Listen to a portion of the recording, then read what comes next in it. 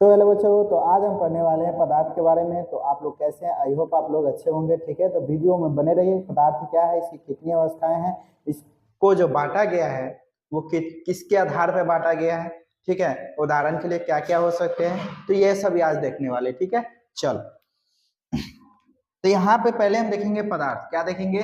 पदार्थ। ठीक है, पदार्थ, इसको हम पदार्थ देखते हैं।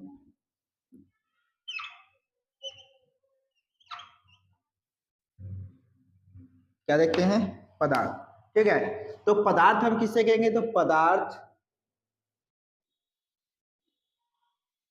वे हैं वे हैं जिनमें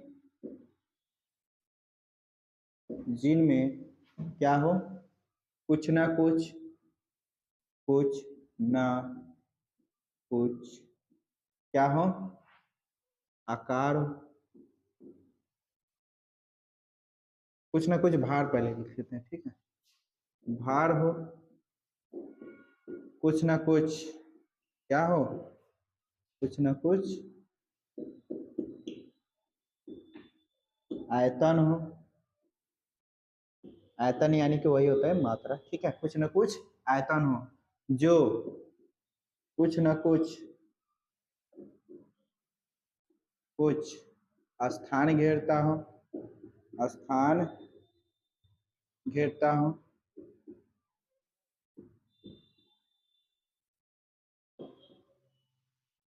क्या कहलाएगा?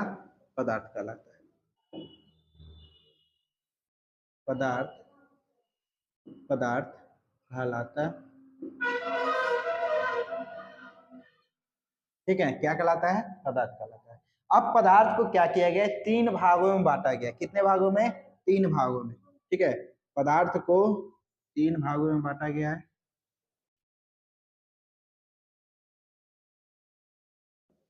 पहला है ठोस, दूसरा है द्रव, और तीसरा है गैस। क्या है? गैस। ठीक है, पदार्थ को क्या बोल सकते हैं? द्रव भी बोल सकते हैं, द्रव्य। ठीक है, क्या बोल सकते हैं? द्रव्य भी बोल सकते हैं, या मैटर बोलो, पदार्थ बोलो, द्रव्य बोलो। एक होता है द्रव, एक होता है द्रव्य। याद रखिएगा, इस द्रव का मतलब होता है कि ये क्या है? पदार्थ है, और इस द्रव का मतलब होता है ये तरल होता है। ठीक है, चलो। अब ये जो तीन भागों में बांटा गया, कितने भागों में? तीन भागों में। वो किसके आधार पर बांटा गया है? तो वो बांटा गया है अंतरा अंतरा आणविक आणविक अंतरा आणविक आकर्षण। क्या आ जाएगा? आकर्षण बलों के आधार के आधार पर पदार्थ को निम्न भागों में वर्गीकृत निम्न भागों में वर्गीकृत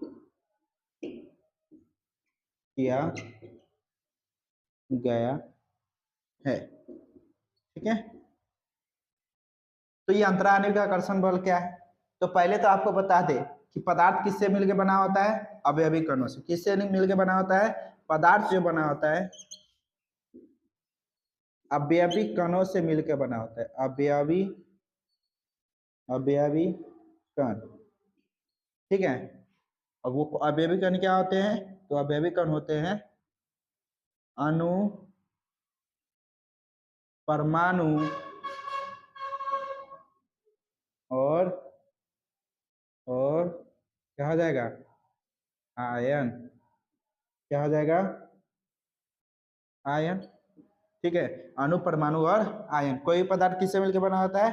अणु, परमाणु और आयन से। ठीक है, चल।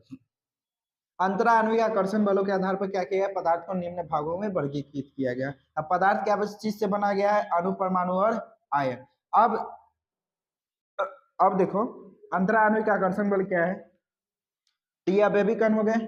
अंतराणविक आकर्षण बल क्या है? तो यहाँ पे लिख लेंगे किन्हीं दो, क्या लिखेंगे?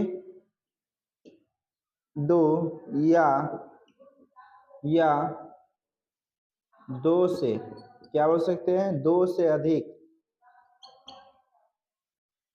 अधिक अवयवी कणों के बीच के बीच लगने वाले आकर्षण बल, लगने वाले आकर्षण बल को अंतरा आणविक आकर्षण बल कहते हैं। क्या कहते हैं, अंतराण्विक आकर्षण बल कहते हैं। कितने अवयवी कण, दो या दो से अधिक अवयवी कणों के बीच लगने वाले आकर्षण बल को क्या कहते हैं, अंतराण्विक आकर्षण बल कहते हैं। ठीक है, तो चलिए इसको आप लोग क्या कीजिए, स्क्रीनशॉट लीजिए या नोट कीजिए। चलिए, अब पदार्थ की तीन अवस्था है, उसको क्या किया गया, अंतराण्विक आकर्षण बल के आधार पर कितने भागों में बांटा गया है, कहा। तो चलो अब देखते हैं, क्या देखते हैं, पदार्थ का आकार एवं आयतन क्या होता है, किसका आखिर निश्चित होता है, किसका निश्चित नहीं होता है। पदार्थ की अवस्थाओं का आयतन देखते हैं। ठीक है, चलो, तो इसमें हम बताए थे इसका जो आकार होता है, ठीक है, अवयवी, पहले तो हम बता दें कि अवयवी कणों के आधार पर, अंतराण्विक आकर्षण बलों के आधार पे जो अवयवी कणों के बीच जो बल लग रहा है उसके आधार पर क्या किया गया, पदार्थ को तीन भागों में बांटा गया। ठीक है, पहला ठोस, द्रव्य और गैस। तो ठोस, द्रव्य, गैस, इसका आकार जो होगा वो निश्चित होता है। क्या होता है, निश्चित होता है, याद रखिएगा, आकार निश्चित और आयतन जो होता है वो भी निश्चित होता है, आयतन भी निश्चित होता है। ठीक है, ये क्या है, ठोस है, ये क्या है, ठोस है। इसको अगर हम कहीं फेंक दे रहे हैं तो इसका आकार सेम रहेगा और आयतन भी क्या रहेगा, निश्चित रहता है, यानी जो इसका मात्रा है वो भी क्या हो जाएगा, निश्चित रहेगा। ठीक है, तो ठोस का आकार है वो आयतन क्या होता है, निश्चित रहता है। ठीक है, नेक्स्ट आते हैं द्रव में, तो इसका जो आकार होता है वो अनिश्चित रहता है। क्या रहता है, अनिश्चित रहता है। ठीक है, और आयतन जो होता है वो निश्चित होता है। क्या रहता है, निश्चित, निश्चित होता है। ठीक है, अब आकार आयतन क्या है, तो देखो पहले तो समझ लो कि पानी को ले लेते हैं। अब पानी को ले लिए 2 लीटर, 1 लीटर पानी लिए, तो उसको अगर हम थाली में डाल देते हैं, थाली देखे होंगे, तो उसका आकार क्या रहता है, परिवर्तन हो जाता है, आकार में बदलाव हो जाता है।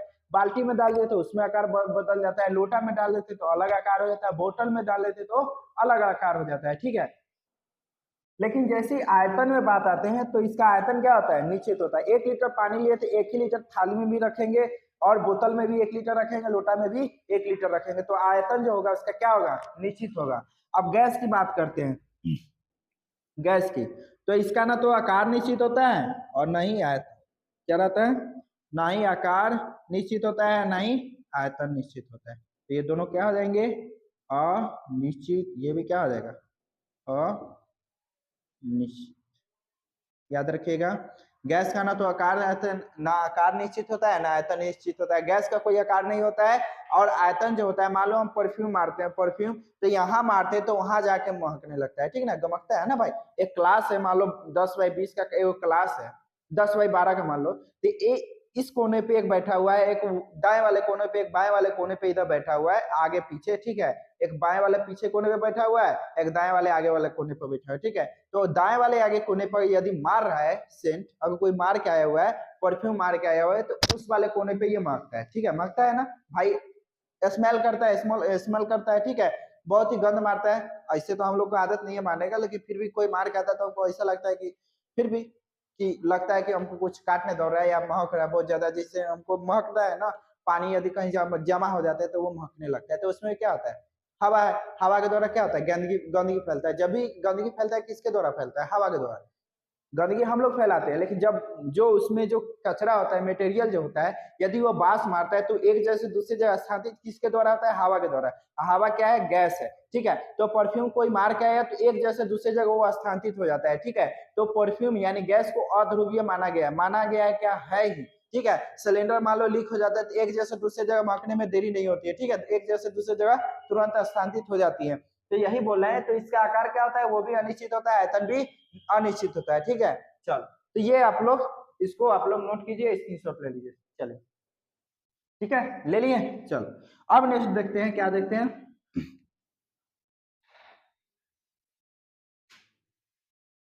चलो अब देखते हैं अवयवी कणों के बारे में। किसके बारे में, अवयवी कण, ठीक है।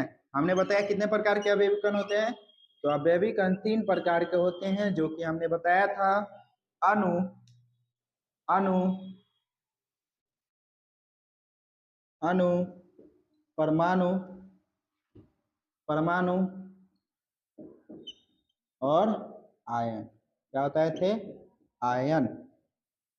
क्या इसके बारे में थोड़ा जान लेते हैं, ठीक है, समझिएगा। अणु किसको कहेंगे तो याद रखिएगा, पहले परमाणु समझ लेते हैं तो अणु अच्छे से समझ आएगा, ठीक है। परमाणु, परमाणु के बारे में समझते हैं।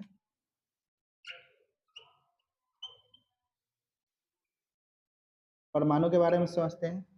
तो परमाणु क्या है, पदार्थ की, किसी पदार्थ की क्या है, किसी पदार्थ की सूक्ष्मतम, क्या बोलेंगे, सूक्ष्मतम, सूक्ष्मतम,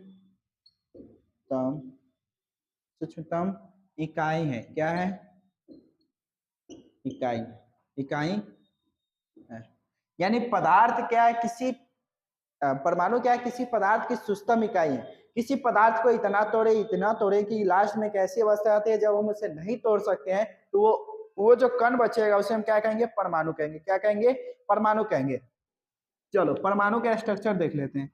परमाणु का जो स्ट्रक्चर होता है, ढांचा जो होता है ऐसा होता है ना, मान लो कि ऐसा ही होता है, कंफर्म, ठीक है। यहाँ पे ये क्या होता है, जो परमाणु मिल के बने होते हैं, किससे बने होते हैं, इलेक्ट्रॉन, प्रोटॉन और न्यूट्रॉन।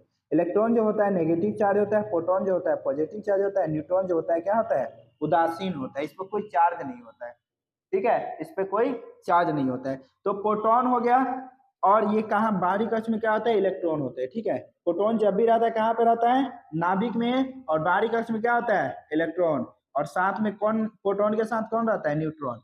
तो प्रोटॉन के साथ कौन रहता है, न्यूट्रॉन, और इलेक्ट्रॉन क्या होता है, बाहरी कक्ष में चक्कर लगाते रहते हैं। तो आप जब भी किसी पे देखते होंगे, खैर अभी 10th होता नहीं है, लेकिन फिर भी देखते होंगे, मान लो कि ए है, कोई तत्व है, इस पे कोई प्लस चार्ज है, तो इसमें से इसका मतलब कि एक परमाणु में से एक इलेक्ट्रॉन क्या हो गया, स्थानांतरित हो गया है। क्या हो गया है, बाहर निकल गया, स्थानांतरित हो गया, यानी बाहर निकल गया, ठीक है। तो ये भी देखते होंगे आप लोग। चलो तो यहाँ पे क्या है कि इलेक्ट्रॉन की संख्या, प्रोटॉन की संख्या और न्यूट्रॉन की संख्या क्या होती है, समान होती है। पहले तो ये समझ लो, इलेक्ट्रॉन की संख्या प्रोटॉन की संख्या वो समान होता है, न्यूट्रॉन की संख्या बदलती रहती है। क्या होती है, बदलती रहती है। वो कैसे बदलती रहती है, तो वो संख्या के आधार पे, परमाणु संख्या के आधार पे, मान लो सम संख्या तो उस वक्त बदल जाएगा, सम संख्या तो ठीक रहेगा, और विषम संख्या तो बदल जाता है, ठीक है। चलो ये हो गया। तो यहाँ पे परमाणु क्या हो गया, किसी पदार्थ की सूक्ष्मतम इकाई है, उसे हम क्या कहेंगे, परमाणु कहेंगे, किसी भी। और परमाणु सिद्धांत किसने दिया था, डाल्टन साहब ने। किसने, जॉन डाल्टन ने, जॉन डाल्टन जी ने, जॉन डाल्टन जी ने क्या दिए थे, परमाणु सिद्धांत को दिया था, है ना। पर जॉन डाल्टन ने परमाणु सिद्धांत को दिया था। अब एक चीज ध्यान देना कि परमाणु को हम देखते कैसे, कैसे देखते हैं भाई, परमाणु, अब परमाणु है भाई, किसी पदार्थ की क्या सूक्ष्मतम इकाई है भाई, इसको हम देखेंगे कैसे, कैसे देखेंगे। तो एक यंत्र है जिसका नाम है, जिसका नाम है इलेक्ट्रिक, इलेक्ट्रिक माइक्रोस्कोप। क्या नाम है, इलेक्ट्रिक माइक्रोस्कोप। इसका जो प्राइस आता है, आप लोग खरीदना चाहिए तो खरीद लीजिएगा। प्राइस जो आता है वो है 25 करोड़। कितना, 25 करोड़, ठीक है। कितना है, 25 करोड़ प्राइस आता है इसका। आप लोग सूक्ष्मदर्शी देखे होंगे, सूक्ष्मदर्शी जो लैब में होता है, इसका प्राइस कितना होता है, तो 25 करोड़, ठीक है। कितना होता है, 25 करोड़। आप लोग खरीदना चाहिए तो खरीद लीजिएगा, ठीक है। तो ये जो इलेक्ट्रिक माइक्रोस्कोप होता है, इससे क्या किया जाता है, किसी पदार्थ की सूक्ष्मतम इकाई को देखा जाता है। अब वो कितने पे देखा जाता है, तो लगभग ये स्टार्टिंग जो होता है कितने से होता है, तो ये स्टार्टिंग होता है 10,000, कितने से, 10,000 एक्स जूमिंग से स्टार्टिंग होता है। आप लोग मोबाइल कैमरा में एक्स जूमिंग होता है, ठीक है, 10x 10x, जिसे हम लोग बोलते हैं 12x, 100x, 200x, ऐसे होता है। लेकिन यहाँ पे जो होता है 10,000 एक से क्या होता है स्टार्टिंग होता है, और ये जाता कहाँ तक है, तो ये जाता है लगभग 20 लाख, ठीक है, 20 लाख एक्स तक जाता है। ठीक है, कहाँ तक जाता है, 20 लाख एक्स तक जाता है। ठीक है, तो स्टार्टिंग कहाँ से होता है 10,000 एक्स से, और जाता कहाँ तक है 20 लाख एक्स से जाता है। इतना होता है। कितना होता है कि आप चांद पर जब रहते हैं तो वहां से अगर कोई नीचे धरती पे अगर कोई टेनिस खेल रहा है तो वहां पे क्या होगा, उसका जो टेनिस का बॉल होगा वो साफ साफ दिखाई देगा, इतना जूमिंग रहता है। ठीक है, तो चलिए, तो ये इतना आई होप आप लोग समझ गए होंगे। ठीक है, चलो, तो आज के लिए इतना ही रहने देते हैं, मिलते हैं नेक्स्ट वीडियो में, तब तक के लिए जय हिंद जय भारत।